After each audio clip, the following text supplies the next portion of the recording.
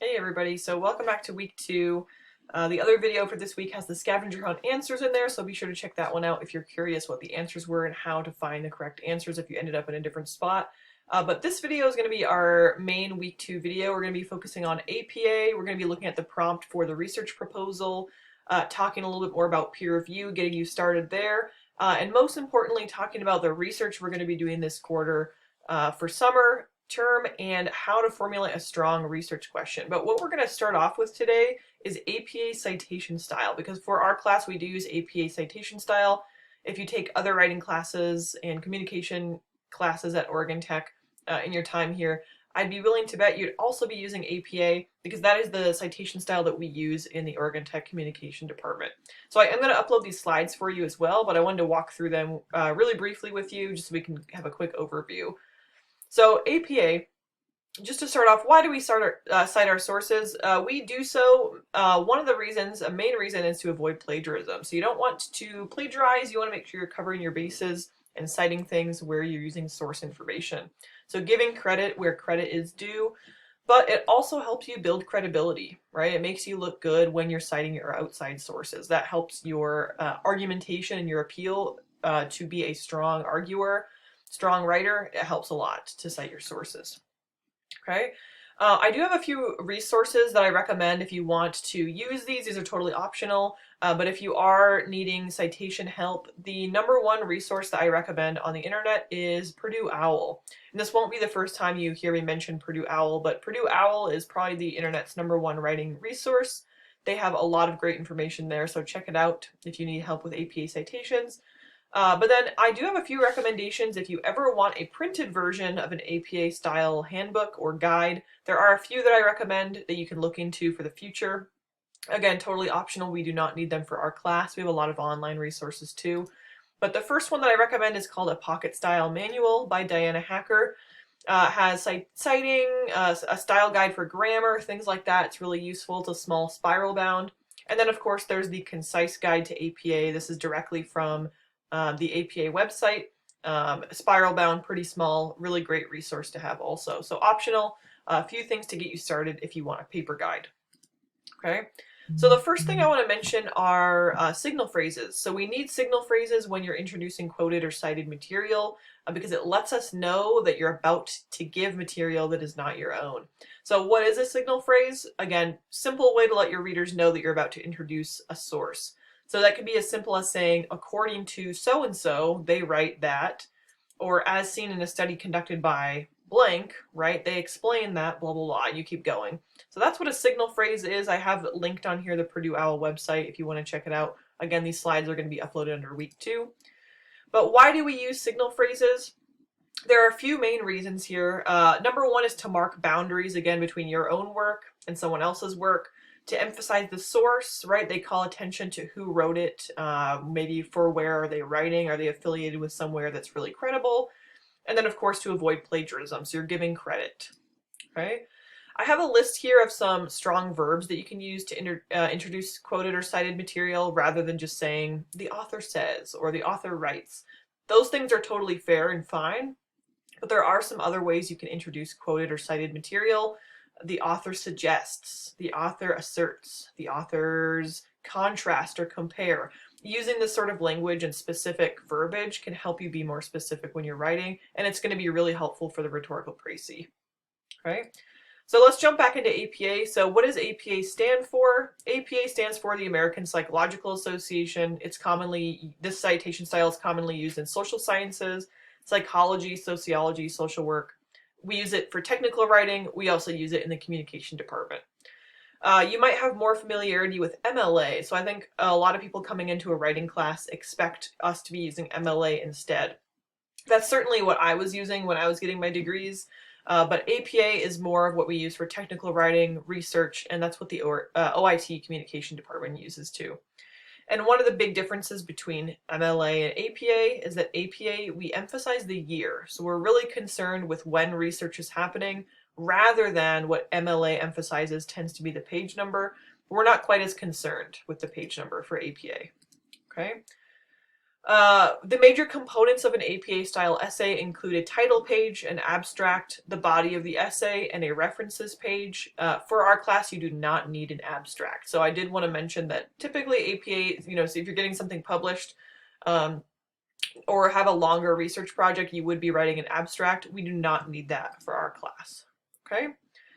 So, let's go back. So APA in text, this is a really basic formula for how to cite in text using a single author. The formula is to introduce the quote, your author's last name, the year it was published, and the page number. So that's the formula for our in-text parenthetical.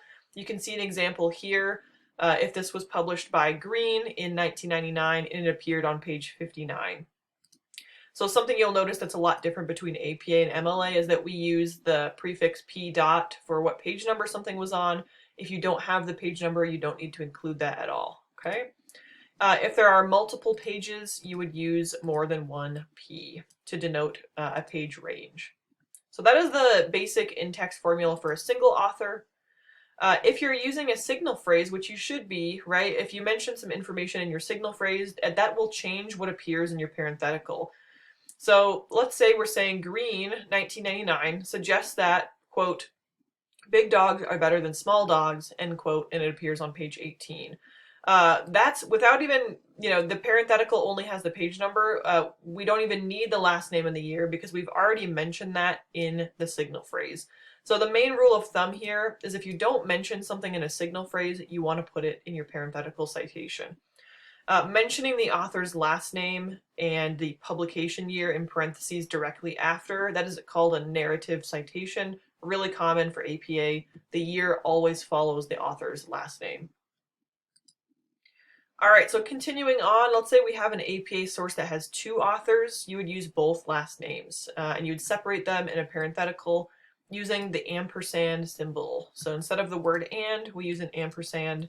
Green and Newman, this was in 2020. It was on page 5.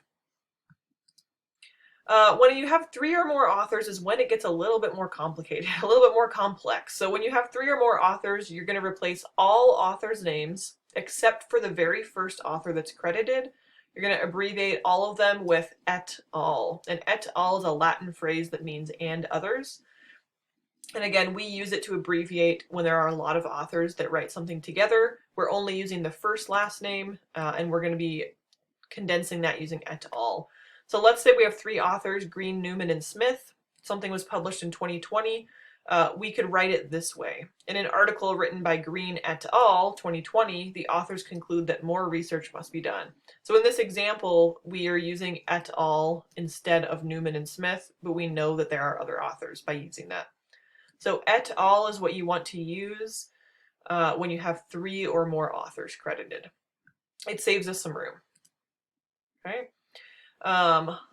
When a source has this many authors, you would condense it in text, and that's what my note says at the bottom here. But a references page is what appears at the end of your essay. In a references page, you mention all authors, so it's not just one. You mention all of them. So you wouldn't use et al. At the end. You would use that in your essay. If there's no publication date listed, you replace the year with N.D as an abbreviation to denote no date. Okay, so that's how we know there's no date given in a citation. All right, so again, I'm going to upload these slides. You can check these out in more detail later. Punctuation and citations. Something I want you to note here is that periods always come after the parenthetical citation. So in this case, you'll notice the parentheticals at the end of the sentence, the period appears after. So that's where the period goes. There are some exceptions if you're using other types of punctuation, such as exclamation points or question marks. If those sort of punctuation, if you're carrying it over from the original author, you would use their punctuation in parentheses, in quotation marks, and then yours at the very end, which is a period. Okay. And then for bibliography, your references page. A small difference between them is that we use a references page, not a works cited page. They're the same, they're just called different things. So if you hear me say references, I'm talking about our bibliography. So here's an example of a bibliography or references page that needs some work. Okay, so the things that are not working here, we don't need bullet points. We don't need fun word art at the top, right? But we need it to be more like this. It looks a lot more in line with what the rest of the essay looks like in terms of 12-point font. It's hanging indented, it's double spaced, it's using the same font as the rest of your essay. If you're unsure how to use hanging indent, what I mean by that is the left line, the very first line of the citation is left aligned. The other lines of that same citation are indented 1/2 inch. And you'll notice this is one citation, and we keep going and we can count how many there are based on how many are on the left margin. So that's what a references page should look like. Okay.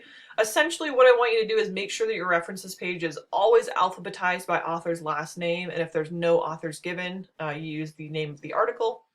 It's hanging indented, it's double spaced since all of your assignments and your essays are going to be double spaced. All necessary information is included in each citation, and it's the same font as your essay. So what do I mean by all necessary information? Here is the formula for an APA style reference entry for an article, a journal article. So here's what you'd need, and here's an example at the bottom. However, right, if you're using a research database, which you should be for doing research for this class, they will cite for you. What I mainly ask is that you make sure that they're including this information in the reference entry that they're giving you. If they're missing something or leaving something out, just include it yourself.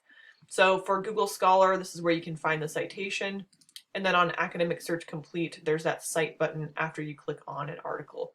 So that is how you can cite in APA. Again, we use APA citation style for our class. Please let me know if you have any questions, but there are a lot of online resources that can help you with citing as well.